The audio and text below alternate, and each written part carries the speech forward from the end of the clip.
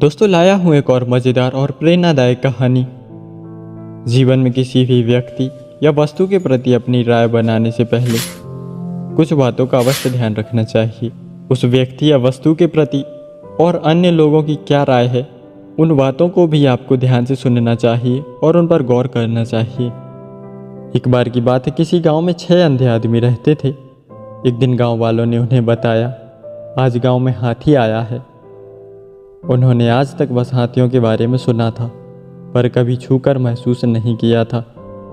उन्होंने निश्चय किया, भले ही हम हाथी को देख नहीं सकते, पर आज हम सब चलकर उसे महसूस तो कर सकते हैं। और फिर वो सब उस जगह की तरफ आगे बढ़ चले जहां हाथी आया हुआ था। सभी ने हाथी को छूना शुरू किया। पहले व्यक्ति ने हाथी के पैर को छूते हुए कहा, मैं समझ गया, हाथी एक खम्भे की तरह होता है। अरे नहीं, हाथी तो एक रस्सी की तरह होता है, दूसरे व्यक्ति ने पूंछ पकड़ते हुए कहा। तीसरे व्यक्ति ने सूंड को पकड़ा और फिर कहा, मैं बताता हूँ, ये तो पेड़ के तने की तरह होता है। चौथे व्यक्ति ने कान को छूते हुए सभी को समझाया, तुम लोग क्या बात कर रहे हो, हाथी एक बड़े हाथ के पंखे के समान होता है। नहीं नहीं, ये तो एक दीवार की तरह होता है। पांचवें व्यक्ति ने पेट पर हाथ रखते हुए कहा, ऐसा नहीं है, हाथी तो एक कठोर नली की तरह होता है। छठवें व्यक्ति ने दांतों पर हाथ रखते हुए ऐसा कहा। और फिर सभी आपस में बहस करने लगे और खुद को सही साबित करने में लग गए। उनकी बहस तेज होती गई और ऐसा लगने लगा मानो वो आपस में लड़ ही पड़ेंगे। तभी वहां से एक साधु महाराज गुजर रहे थे। वे साधु महाराज वहां रुक गए और उन्होंने उनसे पूछा, क्या बात है, तुम सब आपस में इतना क्यों झगड़ रहे हो? उन्होंने उत्तर दिया, हम यह तय नहीं कर पा रहे हैं कि आखिर हाथी दिखता कैसे है। और सभी अंधे व्यक्तियों ने बारी बारी से उन्हें अपनी सारी बात समझाई।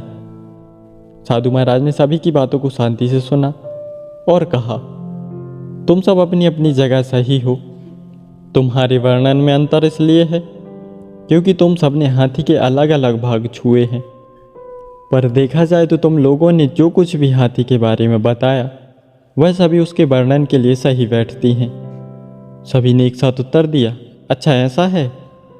उसके बाद सारा विवाद खत्म हो गया था और भी सभी खुश हो गए कि वो सब सच बोल रहे थे।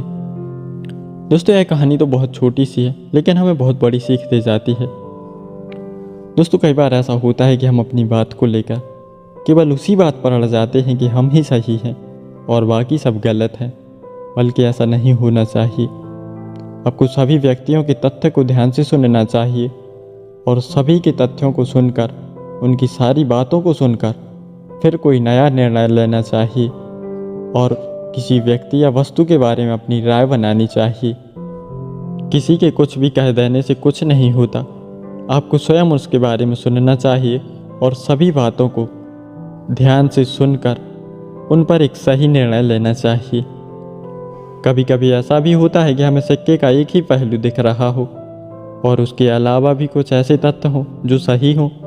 इसलिए हमें अपनी बात को तो रखनी चाहिए, पर दूसरे लोगों की बातों को भी सुनना चाहिए और दूसरे लोगों की बातों को कभी बेकार नहीं समझना चाहिए, क्योंकि वो भी सत्य हो सकता है। स्वामी विवेकानंद जी ने भी कहा है, एक सत्य को कई तरीकों से बताया जा सकता है, लेकिन वह हर बार सत्य होगा। तो दोस्तों, जब भी आप किसी व्यक्ति या वस्तु के बारे में अपनी राय बनाएं, तो उससे पहले उस व्यक्ति या उस वस्तु के बारे में सही जानकारी और संपूर्ण जानकारी प्राप्त कर लें। उसके बाद ही उस व्यक्ति या वस्तु के प्रति अपनी राय दें। तो दोस्तों, आप लोगों को यह कहानी कैसी लगी और आपने इस कहानी से क्या सीखा, कमेंट करके ज़रूर बताना। और इसी तरह की कहानियाँ सुनने के लिए वीडियो को लाइक करें, शेयर करें और चैनल को सब्सक्राइब करें। मिलते हैं अगली वीडियो में एक और नई मज़ेदार प्रेरणादायक कहानी के साथ। धन्यवाद।